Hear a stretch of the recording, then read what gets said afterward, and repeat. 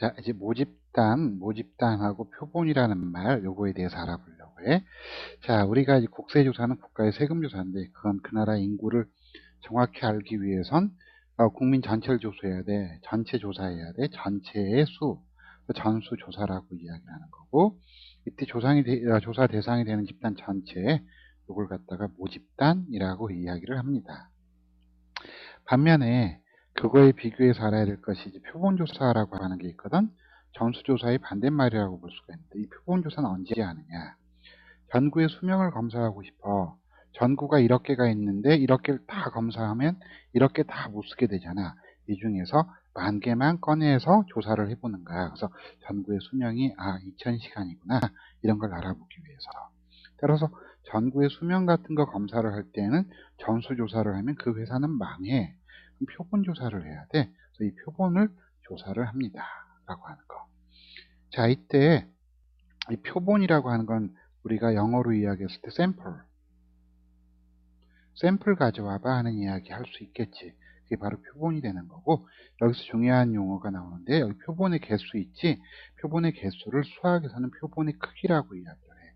그 이유는 간단해. 생각해봐.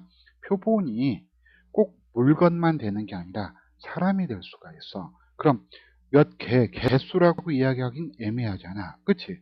동물, 몇 마리, 신발, 몇 켤레, 이런 거 말할 때 이걸 전부 개수라고 표현하긴 그렇거든. 이걸 표현할 때 어떻게 하느냐?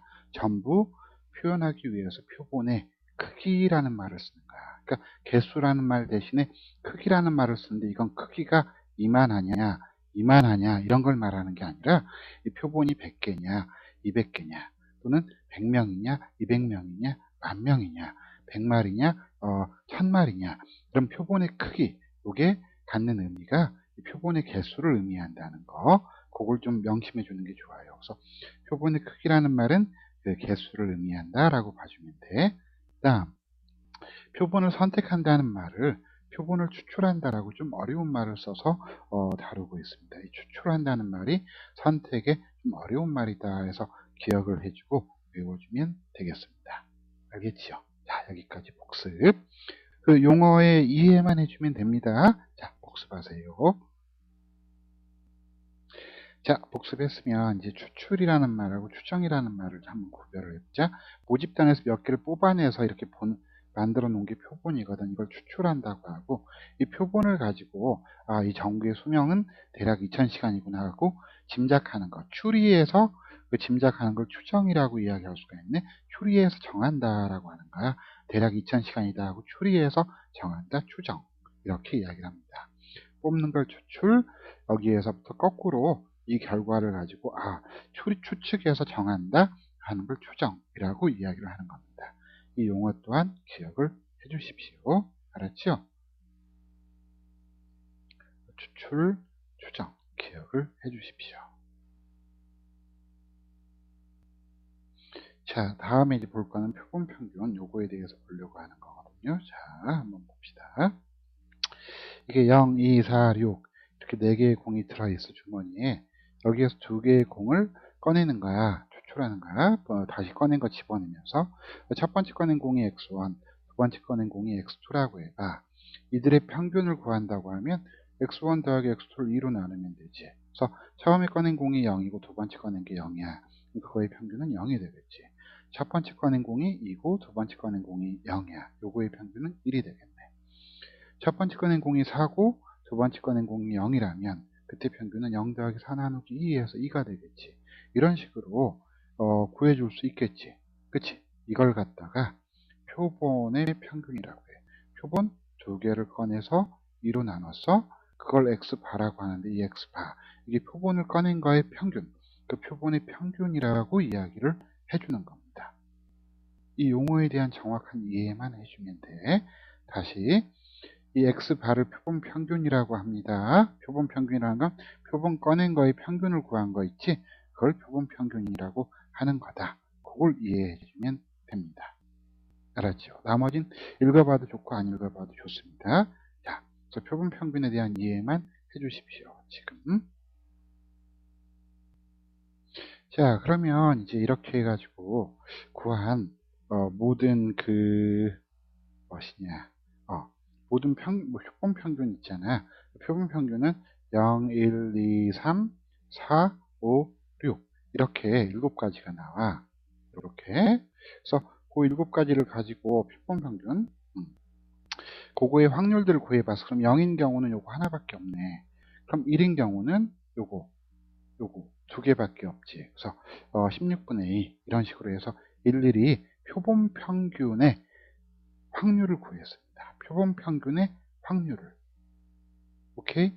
표본 평균의 확률을 구해서 그럼 이 표본 평균의 평균을 구할 수 있겠지. 이렇게 곱해서 더하면 되는 거. 그다음 이 표본 평균의 분산을 구할 수 있겠지. 이거 제곱해서 곱해줘서 더하고 빼기 그 표본 평균의 평균의 제곱을 빼주면 되겠지. 말이 좀 길지만.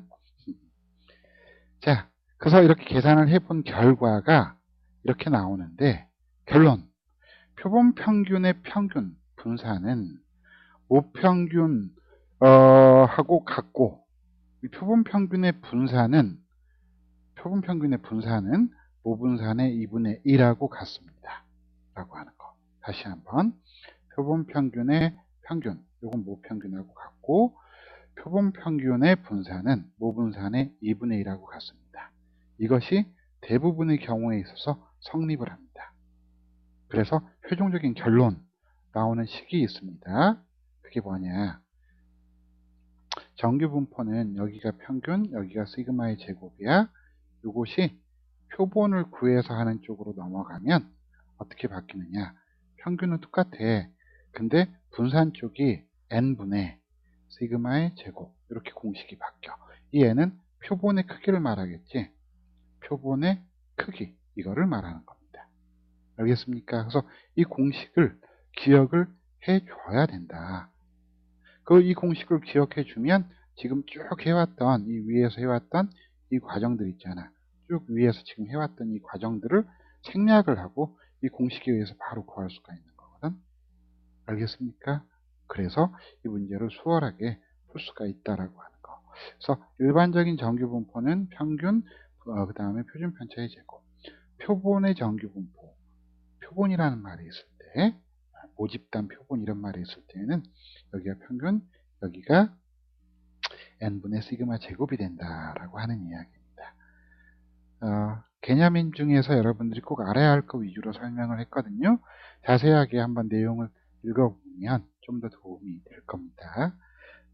자, 복습을 잘 해주고 다음으로 넘어오세요.